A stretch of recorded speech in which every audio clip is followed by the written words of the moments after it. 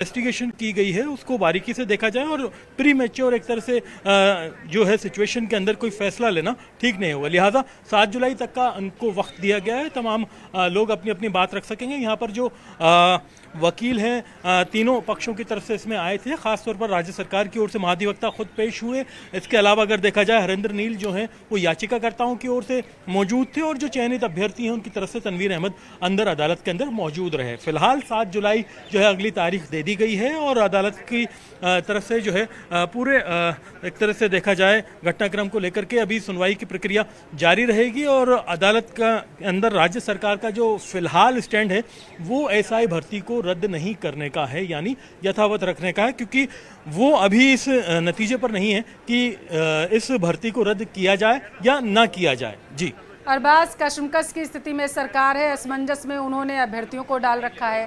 देखिए याचिकाकर्ता के वकील यहाँ पर आ गए हैं, हरेंद्र हमारे साथ हैं। सर क्या रहा? जी जी देखिए, आज एक एफिडेविट पेश हुआ है सरकार की तरफ से और उसमें एसओजी ने जो रिपोर्ट है वह भी सबमिट करी है 25/6 को। मैं आपको पढ़ के सुनवा देता हूँ रिपोर्ट। उसमें लिखा है कि वर्तमान में जारी पड़ताल में प्राप्त सुरागों के आधार पर प्रमुख गिरफ्तारियां की जा चुकी है। अब जो आरोपी फरार हैं उन्हें शीघ्र गिरफ्तार कर विस्तृत पूछताछ की जाए तो उनके माध्यम से आगे कुछ और भी गिरफ्तारियां कर संभावित दोषियों को निर्दोष से पृथक करने की कार्रवाई लगभग पूर्ण हो जाएगी। हमारी ओर से जांच को और तेजी और प्राथमिकता से बढ़ाया जा रहा है ताकि सभी दोषियों के विरुद्ध ठोस कार्रवाई शीघ्र सुनिश्चित की जा सके। अभी भर्ती को रद्द करने के लिए इसी रिपोर्ट पे जो सब कमेटी की बैठक हुई थी उसने भी रिपोर्ट दी है और उसको मुख्यमंत्री साहब ने भी उसमें यस बोल दिया है। उस रिपोर्ट में कहा गया है कि अभी भर्ती को रद्द करना प्री मैच्योर होगा, प्रतिकरण चल रहा है और जो भी हमने हटाए हैं उन जो भी हटाए हैं 60 लोगों को उन सीटों को खाली मानते हुए आगामी भर्ती में जोड़ दिया जाए और जो भी प्रभावित पक्ष है उन्हें एज में रिलैक्सेशन दे दिया जाए। कुल मिला के सारांश ये है कि भर्ती को सरकार रद्द नहीं कर रही है, इसको बहुत जल्दबाजी मान रही है।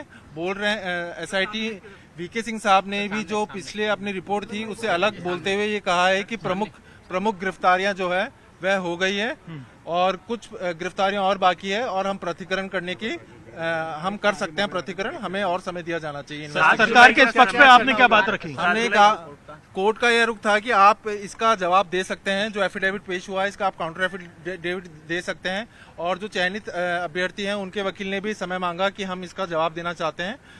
कोर्ट ने समय दिया है और अगले मंडे को सुनवाई 2 बजे के लिए फिक्स करी है, जिसमें आप दोनों पक्ष अपना जो है एफिडेविट देंगे। हाँ, इसके जवाब में पिछली सुनवाई पे कुछ सख्ती दिखाई को निर्णय देना पड़ेगा। हाँ, वो निर्णय आ चुका है, लेकिन इस कोर्ट ने पहले तो जो सरकारी वकील हैं उन्होंने ये कहा कि डिसीजन आ चुका है इसलिए इन्हें नई याचिका लगानी चाहिए और ये जो याचिका भी लंबित है वह एक तरीके से इन्फ्रक्चर्स हो गई है, उसका अब कोई उद्देश्य नहीं रहा गया है। हमारी तरफ से कहा गया है कि नहीं, हम इसी याचिका पे बहस करना चाहते हैं और इसी पे निर्णय हो, हम दूसरी याचिका नहीं लगाएंगे।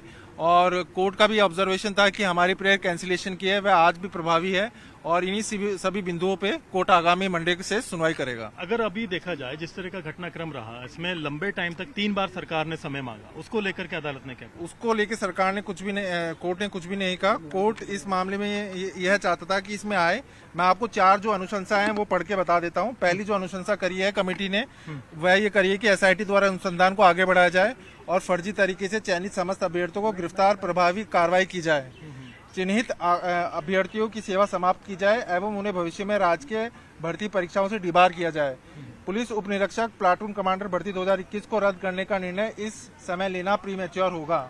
इस भर्ती प्रक्रिया में शामिल अभ्यर्थियों के हितों की रक्षा करने हेतु आगामी नवीन भर्ती परीक्षा में पर्याप्त संख्या में पद विज्ञापित किए जाएं तथा आयु की पात्रता में छूट देने पर भी सकारात्मक विचार किया जाए। और इस रिपोर्ट पे माननीय मुख्यमंत्री साहब ने भी यस कर दिया है, इसको अप्रूव हो गई है रिपोर्ट। तो अभी जांच कब तक पूरी कर लेगी, इसमें कुछ टाइम? उन्होंने एसआईटी ने जो पुरानी रिपोर्ट थी उसमें बदलाव थोड़ा करते हुए जो भी वो अभी हमारी बहस का है, उन्होंने कहा है कि जो प्रमुख गिरफ्तारियां हैं वह हो चुकी है और इसमें अब जो भी है प्रतिकरण किया जा सकता है आगामी कुछ दिनों में, तो जो कि बिल्कुल गलत है। क्योंकि मैं आपको बता दूं 12 ऐसे आरोपी हैं जो वांछित आरोपी हैं जिन पे 1 लाख का इनाम है और 84 अभ्यर्थी ऐसे हैं जिनके खिलाफ 178(3) में इन्वेस्टिगेशन पेंडिंग रखा गया है, तो पृथक्करण कभी भी नहीं हो सकता। वो हम इसका जवाब देंगे कोर्ट में। वो अगले हफ्ते आप जवाब में बात रखेंगे अपने, लेकिन कहीं ना कहीं अगर देखा जाए जो पूरी स्थिति थी, आपकी डिमांड थी कि इसे अभी रद्द किया जा सकता, आपने हवाला भी दिया था। हमने कहा था कि आप हमारी बहस सुन लीजिए, हम आज भी बहस करने के लिए तैयार हैं, लेकिन और बाकी कोर्ट का भी ये था कि एक बार हम जवाब इसमें पेश कर दें ताकि बाद में कोई कमी ना रहे, इसलिए हमने। सरकार का एसओजी का स्टैंड कहीं ना कहीं बदला हुआ दिखा। देखिए, मैं इस पर कमेंट नहीं करूंगा, लेकिन हाँ, कुछ बदलाव